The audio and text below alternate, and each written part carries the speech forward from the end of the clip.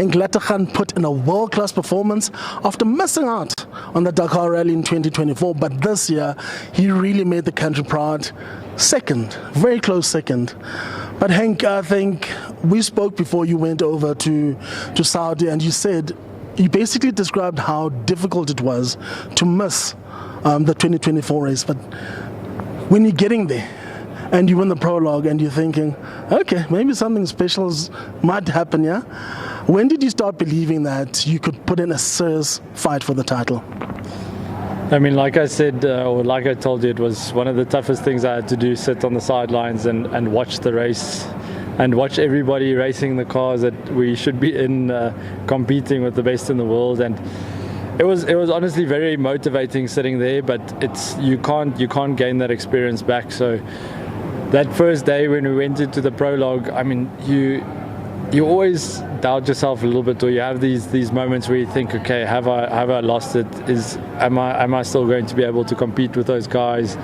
What have I missed out on, and so on? So having the win in the prologue was really good, a good small confidence booster. It meant that our pace was still there, because that day everybody was pushing flat out. So we knew we could go with the best in the world when they were on their peak. So that was a good little confidence boost. But I mean, the race is not all about speed and just going fast. It's about strategy and planning ahead and going fast in days where it's important, and slowing down in other days where you need to play a bit of a strategic role. So we knew it was still a long race to come and a very long way to go. And after the second day we were leading, and I was happy about that, but we still had the same mindset. There's still a long way to go and we have a big job to do. So that's how we carried on through the race, and it was looking good. It was looking really good until that one day where they took out the waypoint, and there we weren't deciding our strategy anymore. The organizers were deciding our strategy, unfortunately, and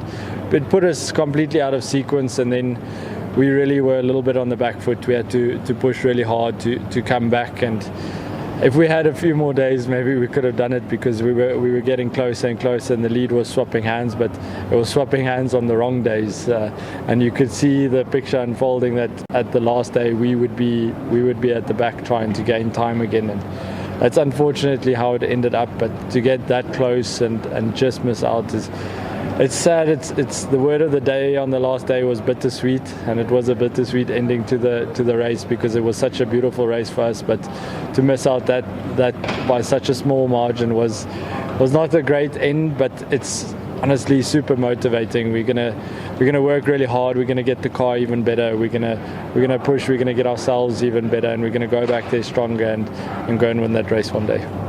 Experience gained, you said. Let's talk about the experience of watching your opponents, because so many top guys fell through. Again, the victories, the small victories, you start believing, thinking, okay, and there goes Sebastian Loeb. Alatia has had another breakdown. It's color science no longer a thing. Now that the target is getting smaller and smaller and closer to you. Talk to me about those moments where you sat and you found out that another opponent was not where you expected him to be, and you still managed to be at the front. Yeah, I mean, we were really trying to focus on our own race, trying to cover the stages as quickly as we could. So I wasn't concentrating too much on what everybody else was doing. I was really trying to race my own race, and myself and Brett were doing our own thing. So you hear the stories, and it was less of almost excitement that somebody else has left. It's more a reminder that this is one of the toughest Dakars there's ever been, and this Dakar really was. Everybody we spoke to said it's one of the hardest ones they've ever done, and that was that little reminder. The best in the world were falling out left, right and centre, and it was a reminder to really keep focused and stay on it and just get through every single day, every kilometre. You talk about that tunnel vision that is needed for the Dakar, and you prepare for it going into the Dakar, and every moment, every corner, every dune, you almost have to be sharp. This one, every driver and every person who was part of it has gone and said this was very tough. What made this one different from the others? So the organizers, every year they try and create a new challenge for the competitors, and they've been ramping up the difficulty. You could feel it for the past few years. The first one I did in Saudi was quite a fast and open and high speed race, and a large percentage of the competitors finished it. And this year only about half of the field finished the race. So only half the field finished every kilometer of that race, which is unbelievable. You can stand on the start line and you can count around you. Every second guy is not going to be there at the finish. So it's what they're trying to do is make it the toughest race on earth, and that is exactly what it's been this year. It was the toughest race you could do.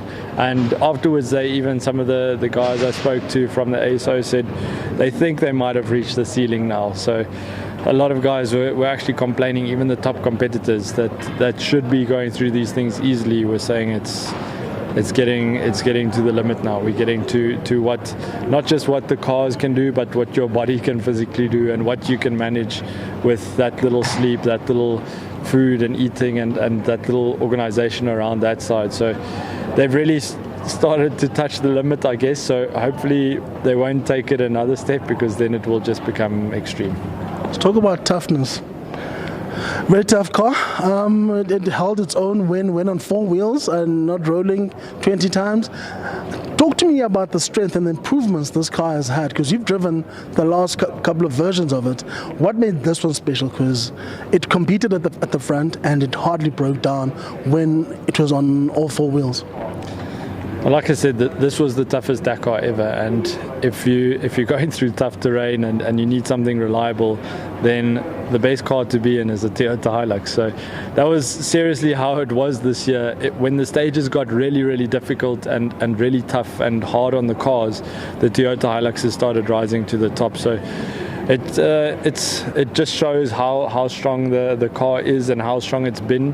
And I think what happened with us is we've been working on this car and sort of getting the last bits out of it. We haven't gone with a brand new car. This car had a big upgrade 2 years ago when I missed out. So when I jumped into the car, I could see, okay, this is definitely a good step. And we've just refined that and worked on the detail and got the car more and more sorted, because a race like that tests every single bolt, every wire, every connector on the car. So we had a more sorted car, I think, than some of the other competitors that were out there, and that's what really gave the result. I mean, it was still a Toyota 1-2 at the Dakar with, I think, 6 cars in the top 10. So the Hiluxes did unbelievably well.